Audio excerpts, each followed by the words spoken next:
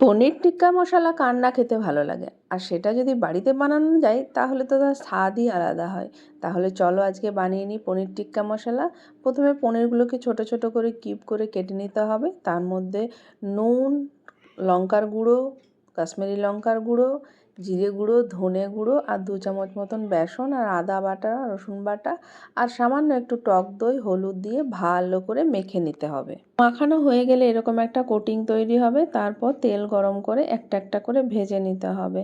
এগুলো ভাজা হয়ে গেলে তুলে রাখবো। তারপর সব পনিরগুলো আমার ভাজা হয়ে গেলে এর মধ্যে আমি পেঁয়াজ কুচি দিয়ে দেবো। পেঁয়াজ কুচিটা একটু নেড়ে নিয়ে তারপর এর মধ্যে আদা রসুন বাটা দেবো। আদা রসুনটা ততক্ষণ নাড়বো যতক্ষণ না আদা রসুনের গন্ধটা চলে যায়। এরপর আমি টমেটো বাটা দিয়ে দেবো। আমি 2টো মতন টমেটো বেটে নিয়েছিলাম।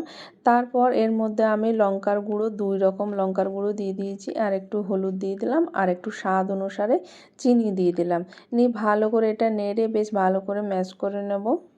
তারপর এর মধ্যে পরিমাণ মতন জল আমি অ্যাড করব। প্রথমে সামান্য জল দিয়ে নেড়ে নেব, তাহলে গ্রেভিটা খুব ভালো হয়।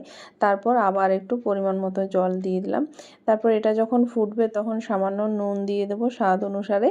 তারপর আমার পনির যেগুলো ভেজে রেখেছিলাম সেইগুলো এবার অ্যাড করে দেবো। পনিরটাকে খুব বেশি ফুটাবো না, সামান্য ফোটাবো, তাহলে কোটিংটা ছেড়ে যাবে। সবশেষে একটু গরম মশলা দিয়ে দেবো, অল্প হালকা করে নেড়ে নেব। নেড়ে তারপর এটাকে নামিয়ে নেব। এই পনির টিক্কা মশলাটা রাত্রে রুটির সাথে খেতে কিন্তু খুব ভালো লাগে। চাইলে এটা ফ্রায়েড রাইস, নান এগুলোর সাথেও খুব ভালো লাগে। এটা বাড়িতে বানিয়ে দেখতে পারো, ভীষণই পছন্দ হবে। আর আজকের রান্নাটা যদি তোমাদের ভালো লেগে থাকে তাহলে অবশ্যই একটা লাইক, কমেন্ট আর সাবস্ক্রাইব করে দিও। এখনকার মতো টাটা, সবাই খুব ভালো থেকো, সুস্থ থেকো।